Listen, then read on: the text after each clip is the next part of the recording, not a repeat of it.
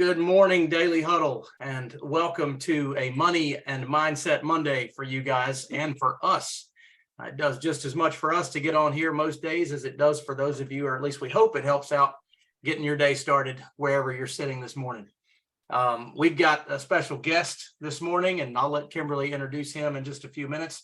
But before we get started, we're going to talk a little bit about rental property today. And this is not quite on that line, but I couldn't pass it up when I was in my hunt for jokes. But prepare for yeah, craziness. So I tried to rent a bounce house for my daughter's birthday yesterday, and I told him it was twice as expensive as it was last year, and he said, "Well, that's inflation for you." That's awful. Kimberly still doesn't get it. Yes. Explain that to me. That's one's a keeper, Zach. Did you get it, Sarah?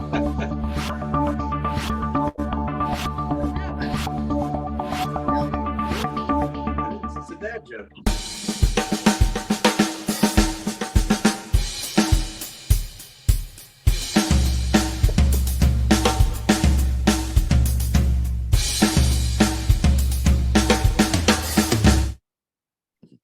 Well, I hope you guys really enjoyed that knee slapper of a joke because it was hilarious to me. If you didn't get it, you can still be with me over here.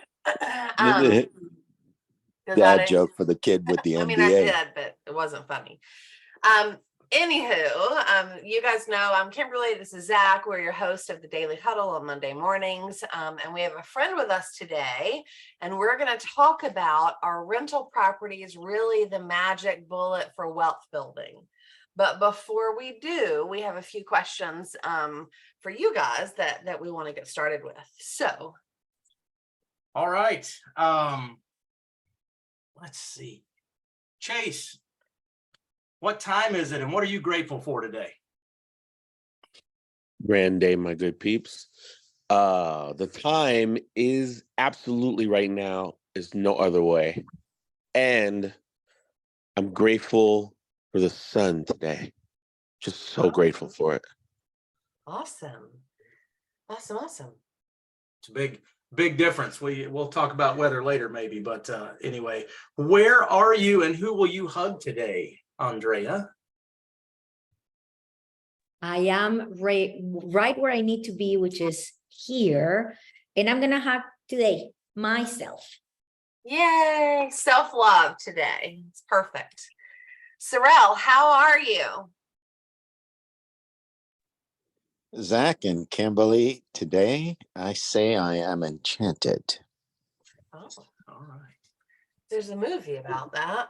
Uh-huh. Enchanted. Sorrel is great with the word of the day. I like that. Enchanted. We'll go forward with that. So, well, welcome, James. Kimberly's going to tell everybody who you are, and then we'll move right into the discussion today. Thank you for being here. Yeah, absolutely. So the question today is, are rental properties really the magic bullet for wealth building? So I can't wait to dissect some of these questions and get into that. Before we do, I want to introduce you to one of our dear friends. His name is James Ottley. He is a real estate lending and title attorney with Stout Kaiser LLC, where he manages the firm's government guaranteed lending practice. Mr. Ottley represents bank and non-bank lenders in conventional and government loan transactions. Mr. Ottley, I'm calling him James, also closes commercial real estate and business acquisition transactions, independent of his lending practice, and is an officer of the firm's title agency, Precision Title. Prior to his current position, Mr. Ottley was of counsel to Morris, Manning, and Martin LLP in Atlanta for 11 years. A fourth generation Atlantan, Mr. Ottley with his son William lives with his son William in Smyrna, just outside of Atlanta. He's a graduate of the Westminster Schools in Atlanta and received his BA in English from Duke University with a JD with honors from the University of Georgia Law School. Go Dogs. Mr. Ottley serves as a board member of the Buckhead Heritage Society and is an active member of the Ashley Breakfast Club, the Georgia Lenders Quality Circle, and the Inquiry Club, a long-standing Atlanta discussion supper club. Mr. Ottley published 2 books on Atlanta history entitled Atlanta History for Cocktail Parties and Atlanta History for Cocktail Parties 2. Another round. When not digging up Atlanta history, Mr. Ottley enjoys traveling around the state of Georgia and spending time in the great outdoors with his son, with his 16-year-old son, Will. So, James, Mr. Ottley, Ottley.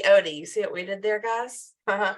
Yeah. Welcome to our show today. Thank you for joining us. Thanks so much for having me. It's great to be here. Yeah, absolutely. So tell us, are rental properties really the magic bullet to wealth building? We'll just jump right in. Being a lawyer, I'm going to have to give you a lawyer answer there. Yes and no. I think that if you go into the process thinking of it as more of a just like any type of investment, looking at it as a long-term investment, where you're going to focus on the appreciation of the property, where that's going to be your benefit. That's what you're working towards, rather than, kind of the get rich quick or passive income. I think there's some seminars, that they sell books or this, that, and the other, and how to have, quit your job and have passive income through rental real estate. And I'm not saying that's not possible, but it's just really hard to achieve. I think that if you go into the process, buy one house maybe every year, I think that it is a great vehicle for your average Joe, citizen to accumulate some wealth. That one of the opportunities that you have with residential real estate that you don't have in other vehicles is the ability to be leveraged and safely leveraged. A lot of people are not going to advise you to go out and buy stock on margin unless you really know what you're doing. With residential real estate, and that's what I would talk about today, residential as opposed to commercial. But with residential real estate, you've got the opportunity to, even at an interest rate of 6 or 7%, which is historically low in our country, that's pretty well. It's not as cheap a money as it was, when you could get a loan, for 3 or 4%. But it's a relatively inexpensive way and safe way to be leveraged and have that leverage working for you, on your investment, which again is not going to be available or is not advisable, to somebody that wants to go out and buy stock on margin. And the margins can be, the leverage, you can get more leverage. In other words, you can put 10% down. Heck, if you're working with a seller who's willing to do seller financing, it's possible to get 100%, so the short answer is, I think still is a great vehicle, to accumulate wealth over time, for the average person. But you got to go into it with the right attitude of what your goal is, and also not just be thinking, oh, in 2 or 3 years or right when I buy it, I'm going to have passive income and woohoo, retire. I'm glad you talked about leverage. We've talked about that here before. If you have $100,000, then, can you buy 10 different rental properties or just $100,000 worth of stock? So we talk about that quite a bit, right? Like, what other vehicle, and maybe you can say it better. Can you want to say it? No, it's to just clarify on leverage and margin accounts and those kind of things. What James is referring to, for those of you that don't know, is the fact that you can put 10% down, and I can put $10,000 down on a $100,000 house and have a $100,000 asset growing for me. Yes, there's money borrowed and payment that's associated with that. But if I take that same $10,000 and I take it to the stock market or to my broker or wherever, I have a $10,000 asset working for me. So and when he says safely leveraged, you can borrow money. There are leverage accounts and for investors that you can borrow money to invest. But to me, that's the bad side of Las Vegas, guys, especially in today's market. But what you have a secured asset or a real asset, right? That's growing for you in this case. So very, very valid point from that perspective. So James, what would you say from obviously you have experience in real estate and you're an attorney, right? So you've got multiple hats. What would you say your biggest mistake is? Give us some real life advice. Well, can I go back to one thing that Zach said first? Yeah. Because there certainly have been, with everything, certainly have been some mistakes along the way. But going back to one thing that Zach said, that really, I mean, what really hooked me on doing residential real estate, rental properties was back when I was 20. I went and got my real estate license. And the instructor just gave us this example, and granted, this would rarely work. I mean, in the real world, but he said, if you bought $100,000 house, and let's say you put $1,000 down, like let's say that you were able to do that, and let's say that somehow with that much debt, you were able to make it cash flow, if you could do that, and the house appreciates in value by just $1,000 in a year, goes from 100 to 101, and you've only put $1,000 down, you've made a 100% return on your investment of cash on cash, and that really hooked me. That made me think. Now, in the real world, you got commissions. I mean, it's never going to be, I won't say never, but it's tough to make that model work. But even if you are, like Zach said, putting down 10% or 20%, the house that $100,000 house that you put $20,000 down on, 20% down, if it goes up 10,000 and you're able to sell it for owner or by owner, I mean, you made 50% on your cash, 50% return on your money. And so that is just the beauty, I think of leverage, and that you can, that everybody can take advantage of in terms of buying residential property. So mistakes, not having the best inspector, when you're going into buying the house. You've certainly heard the expression probably that you make your money when you buy the house, not when you sell it. Also not doing adequate or periodic inspections on the house. One house that I had was a nightmare. And this will tie into something else that I want to mention, but it was with traffic in Atlanta. I'm in the Atlanta area, and with traffic in Atlanta, it took an hour to get over there, and the guy was paying his rent, kept paying his rent, never complained. But I went over there and he stayed for years. I went over there one time and the guy had become a hoarder, and it was just a nightmare to get the situation corrected. So not inspecting, often enough, and maybe not getting a good enough inspection when you buy the property, so what it's going to cost to fix it up. I think the other mistake is just thinking that it's going to cash flow, or that you're gonna that just not estimating the costs, including taxes, insurance. I mean, it all adds up, and so I think those are probably the more salient lessons that that I've had in doing so. I think we all have probably, I would assume, real estate horror stories. We won't talk about ours, but home inspection is huge. We'll talk about it at some point. But just our first house, we bought it and had to tear it completely down to the ground. So we'll have that story another day, but make sure you have a great home inspector, because if not, it's really painful. Yeah, that's not really where you want to cut corners. Yeah. And I'm looking at, and James, you're well prepared for this morning, obviously, and I'm looking at this, and as we go through, this time really flies. So let's make sure that anything you really want to drive home, that we do that. What do you look for when you're buying a rental property? When you go out and you say, I'm starting from ground zero today. So when we get off this call today, everybody's inspired and they're like, I want to find a rental property. Where would you start? Well, I would start with, just for me personally, I don't buy a house that I wouldn't live in, that I wouldn't be, happy or content living in.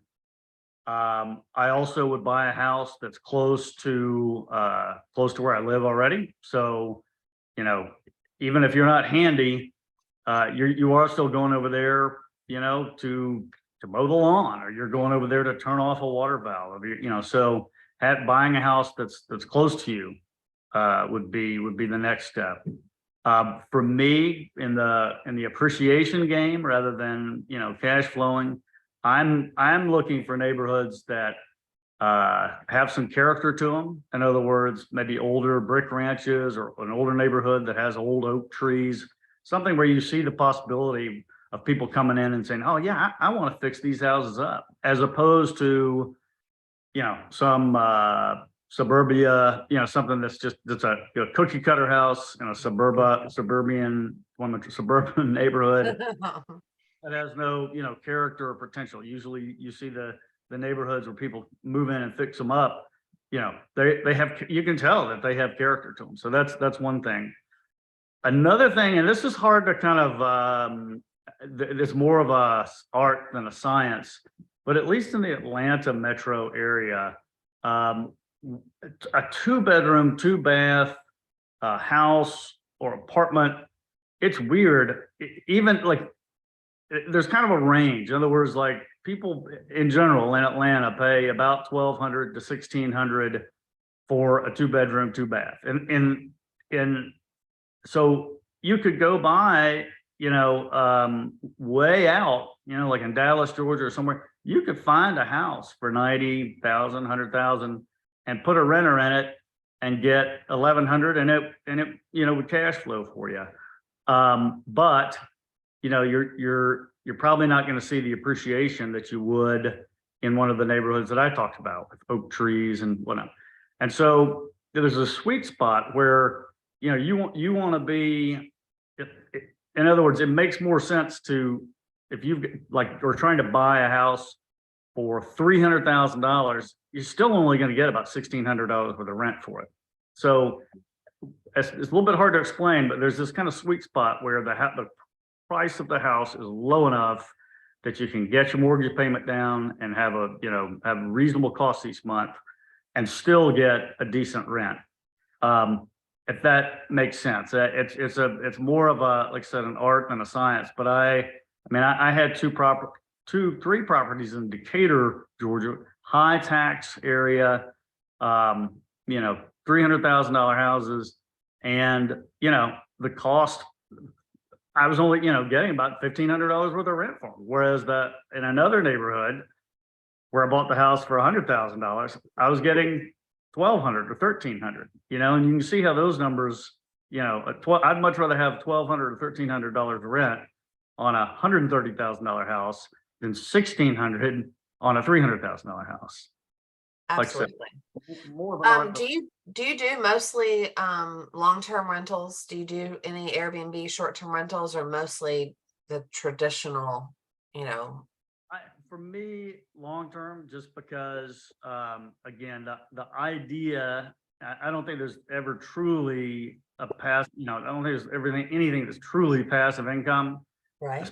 Rental property, I mean, so but you know, there are months that go by that I don't have to pick up the phone, or I don't get a phone call or anything like that. So I do shoot for less effort, longer term renters. I know people certainly have success, and maybe you're making more money doing Airbnb. I also know some people that have gotten cease and desist orders for doing it because their neighborhoods, you know, have or counties, you know, have rules and regulations against it. So just personal preference for me. You know, if somebody came to me with the idea of doing an Airbnb on one of these houses and had the furnishings and whatnot to do it, I give it some thought, but it's just a different strategy for me. Yeah, just curious. What would you say your biggest challenge has been? You know, I think the biggest challenge is that it, like any small business person who does not have the scale, you know, that maybe BlackRock does or whatnot. No, in other words, the people that can really cut down their costs are folks that maybe own 100 or 200 houses, and they've got an HVAC guy on staff. They've got, an electrician on staff.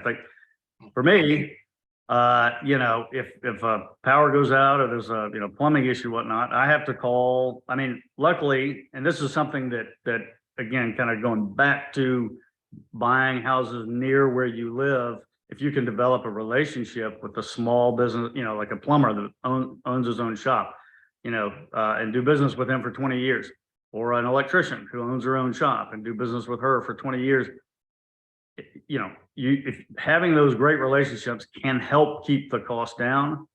I think your question was, what was one of the biggest challenges? And the biggest challenges is just, not having to pay retail prices for repairs and handyman type work. You can't get somebody to come out for less than $300, $400.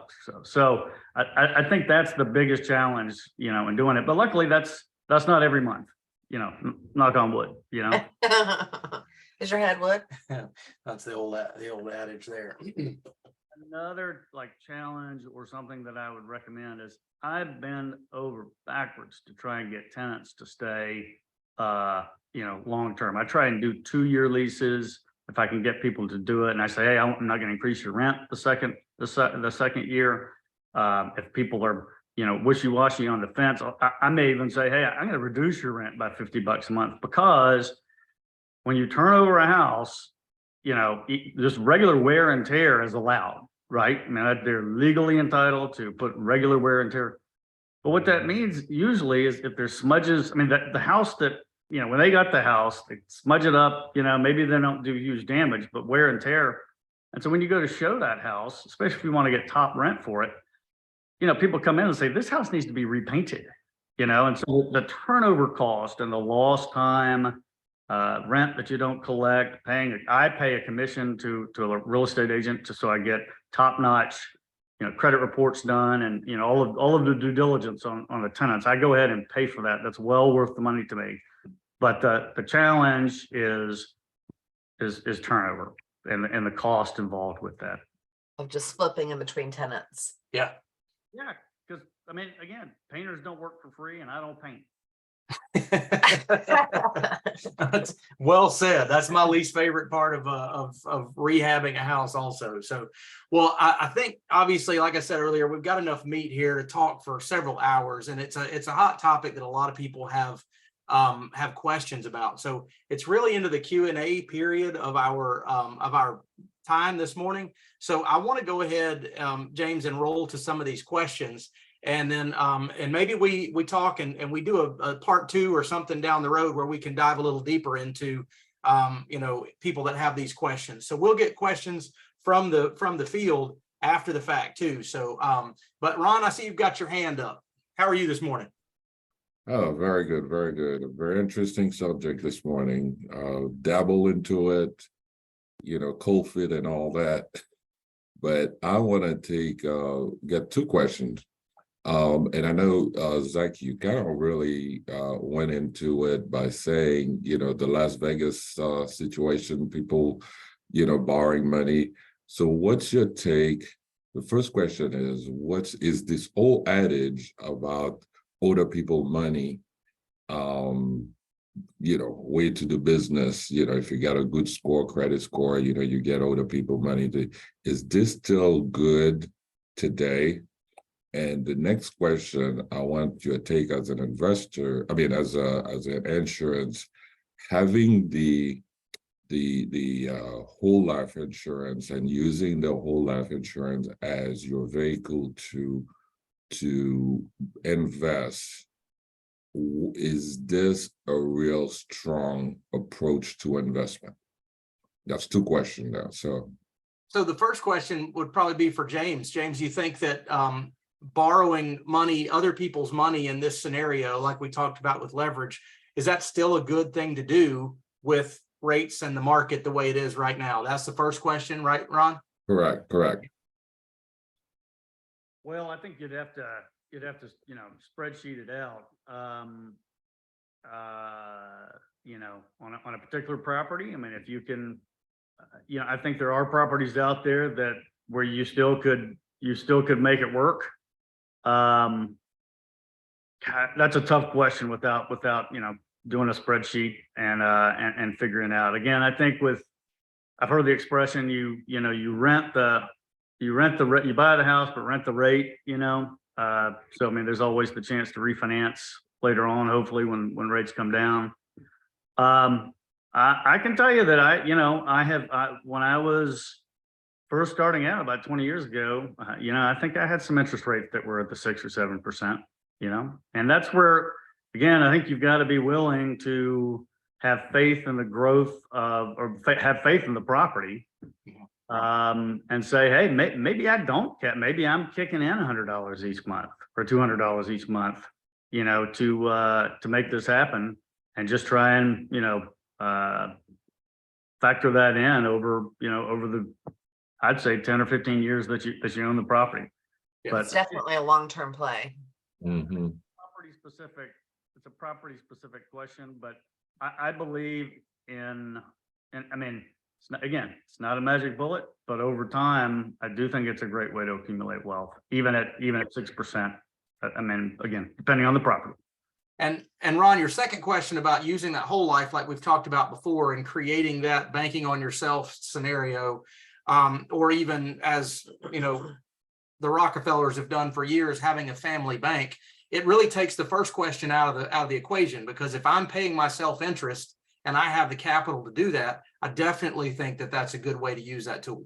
So if I've funded my personal bank, if you will, enough to be able to borrow money back out and pay myself interest all day long.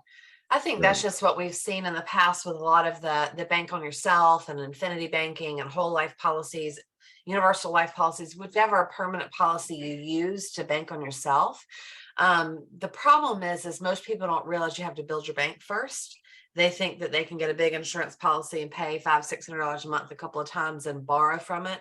There's no money there. There has to be money in that bank, if you will, to borrow from it. But I think as long as, like Zach said, you have the money in there to borrow from, I still think you leverage, right? I still think you put a percentage down on the property, don't pay it all in cash, because then you're still using other people's money to make you money, and your 10,000 can double much quicker than your 100,000 can. But as long as you understand all the rules and regulations behind those policies and you actually have the money to make it work, yes, absolutely. I think it's a great idea. Cece, I know you had a question. Are you still there? I don't know if I see you anymore. Yeah, I had it in the chat. I just basically asked about condos and the ups and downs of going through maintenance issues between other condo owners. And I left the question in the chat. Okay, perfect. So I think that's probably one that maybe you guys can discuss offline, because I know it's specific. Just in general, James, she has a condo that she owns. There's a water break in the slab, and the condo association won't pay for it. But I think it's a different conversation because it's specific to a situation. So Cece, if you're okay with that, I think we'll take that one offline. Any other questions you guys have this morning? So James, would you do it all over again? I would certainly, take some different steps, try, learn from my mistakes, but I would definitely do it all over again for sure. Awesome. Awesome. Well, we appreciate your time this morning, joining us and coming to us from the big old Lake Lanier. I'm super curious. I'm going to put on your books. Tell us where we can find your books, because I obviously Zach and I know James personally, so we know the historian that he is, but Atlanta history is fascinating, and I know it is to you. So tell us about your books and where we can find them, just really quickly. Sure thing. It's Atlanta, and talk loudly, because Atlanta History for Cocktail Parties. Trying to kind of put history into more bite-sized pieces for readers with more of a casual interest. Most of the sections are a page or two long, and that's it. So you can pick it up and put it down. And you can get them on Amazon, amazon.com. Awesome. Well, again, thank you for your time this morning. So as we wrap up the day, So remember, as you go out from here, our 8 tenets. Number 1, love. Number 2, laugh out Hang on loud. 1 second. Hey, Zach, Hey. what's happening on August 12th? Ah, I was like, I don't even see Sorrel. Like, where are you? don't forget, yes. Thanks, Sorrel. That's a big one. August 12th, we have a live in-person event that all your Daily Huddle hosts from Monday through Friday will be there. And we have some great things planned for you. That is going to be in Alpharetta. For information and registration, go to thedailyhuddleevent.com and check us out. And we would love to see all of you there. Yeah, go register. We want to see your faces in person. We see you on Zoom quite a bit. And some of you we don't even see because you just watched the live stream or the replay. So come see us in person August 12th in Alpharetta. Thank you, Sorrel, for the reminder. So when that we have 9 tenants, we'll start with number 1, which is go to thedailyhuddleevent.com and register. Number 2, love. Number 3, laugh out loud. Number 4, stress less. Number 5, eat mostly plant-based. Take care of your body. Number 6, give whatever you can. Number 7, sleep. Make sure you rest. Number 8, move. Get up and move. And number 9, check yourself before you wreck yourself. Give yourself a pause. Guys, great to see all of you. We'll look forward to seeing you in person August 12th and right back here, same time, same place tomorrow morning. Bye, guys. Thank you. Bye.